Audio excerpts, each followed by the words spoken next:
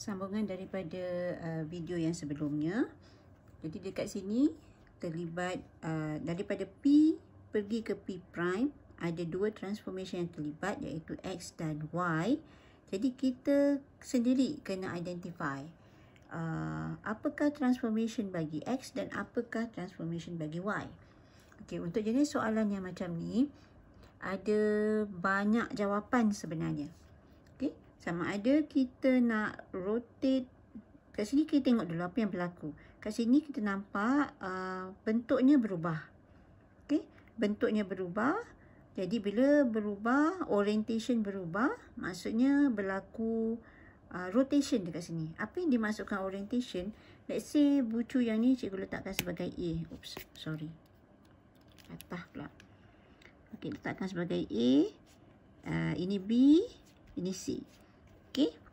Jadi kalau dekat sini kita lihat yang ini akan menjadi A. Ini C, ini B. Okey. So daripada asal A, B, C kita nak baca, kita akan pusing secara anti-clockwise. Tapi bila dekat bahagian transformation P prime, kita nak baca A, B, C, kita pusing dia clockwise. Itu maksudnya orientation dia berbeza. Bila orientation berbeza, maksudnya berlaku rotation di sini. Tapi kalau kita terus lakukan transformation rotation, so objek P akan terus berada di objek P prime.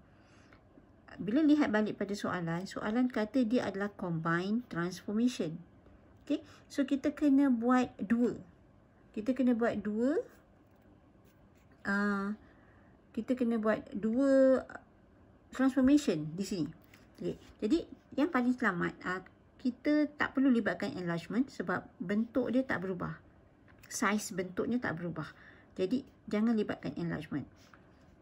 Kita boleh libatkan translation.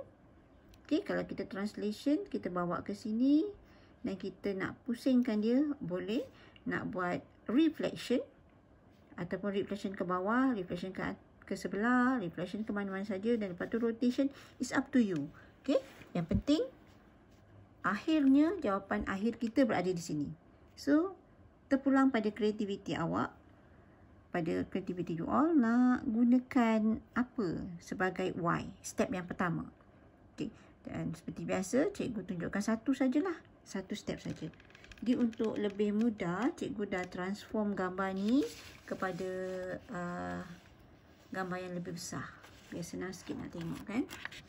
Okay. Right. Cikgu dah transform kepada gambar raja yang lebih besar. Jadi dekat sini cikgu nak lakukan proses reflection dulu. Okay. Dan cikgu nak jadikan y-axis ni, okay, y-axis ni sebagai cermin. Sebagai kita punya sebagai kita punya line of reflection tu kan. Okay.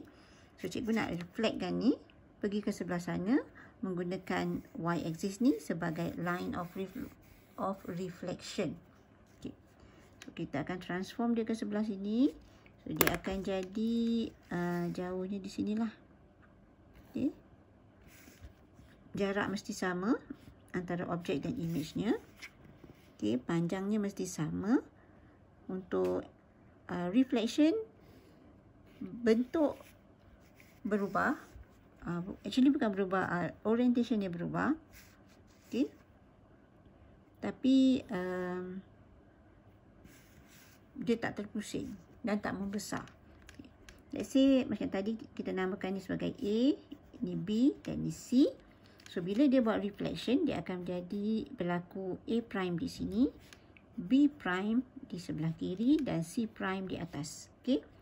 A, B, C anti-clockwise, tapi A prime, B prime, C prime clockwise. Okay. Orientation dia berbeza. So ini adalah transformation yang kedua. Okay, cikgu namakan sajalah. Okay. Alright. Now kita tahu tadi kita perlukan transformation tu ialah X, Y. Okay. Jadi kita boleh, cikgu cari kertas kejap ya.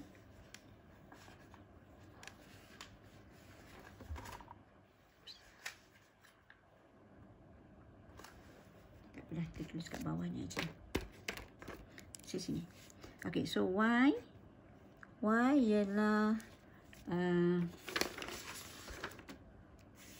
ialah reflection. Okay, reflection at Y axis. Okay, reflection ada dua perkara saja cukup. Ataupun kalau awak nak tulis reflection at x equal to 0. Pun boleh juga. Itu maksudnya y axis juga kan? Dekat sini kan? Alright.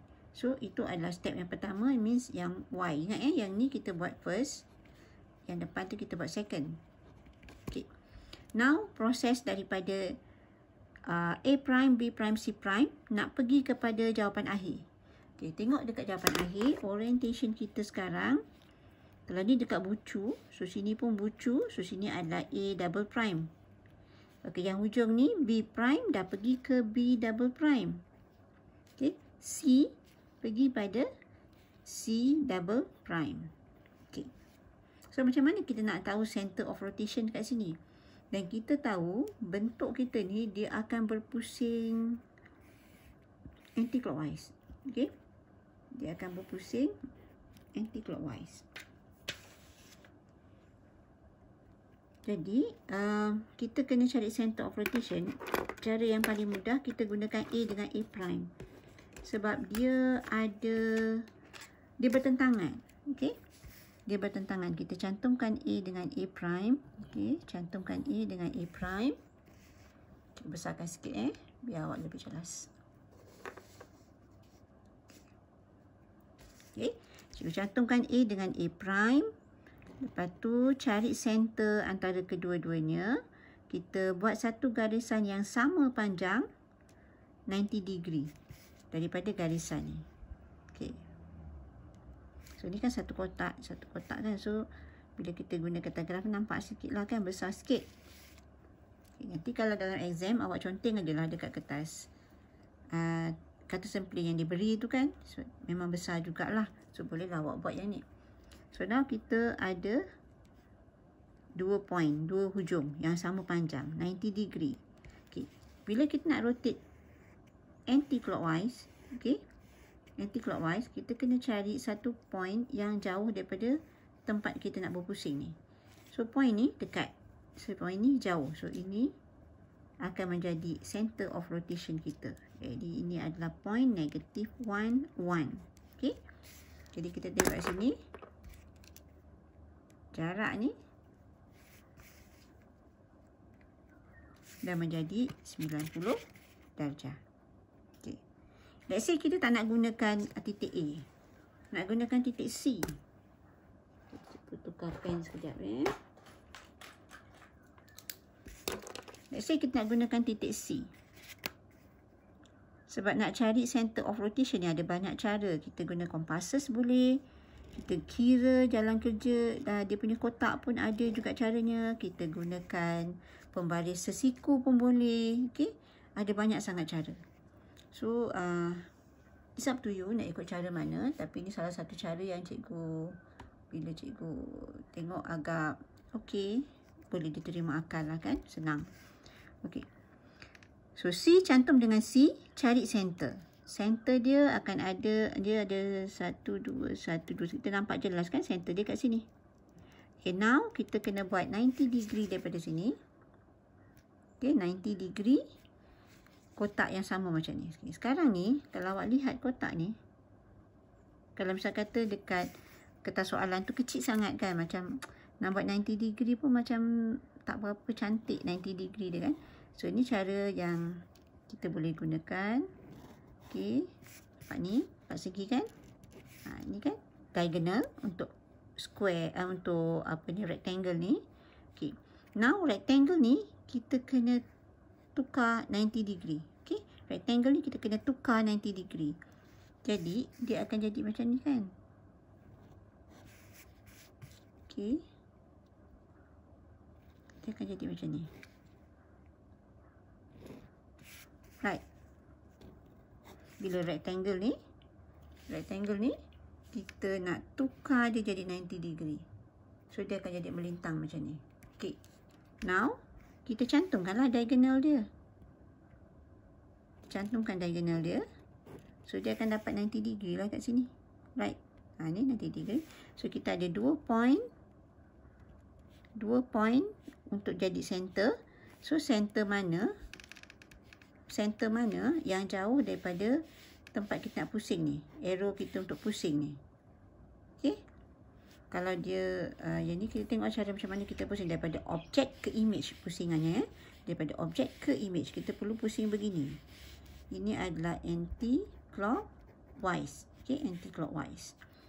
Jadi, kita perlu ambil titik yang jauh. Datangnya di sini juga. Sama. Right? So, yang ni need practice lah. Okay.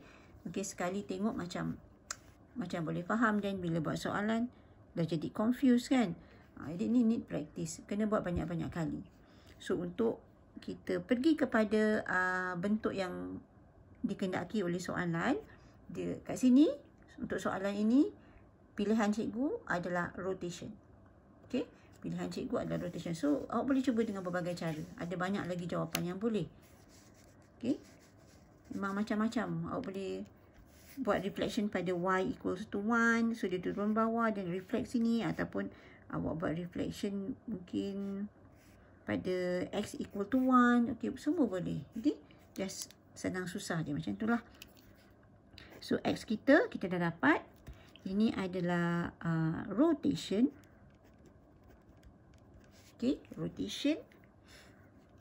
Ingat kena ada degree-nya. 90 degree. Anti-clockwise.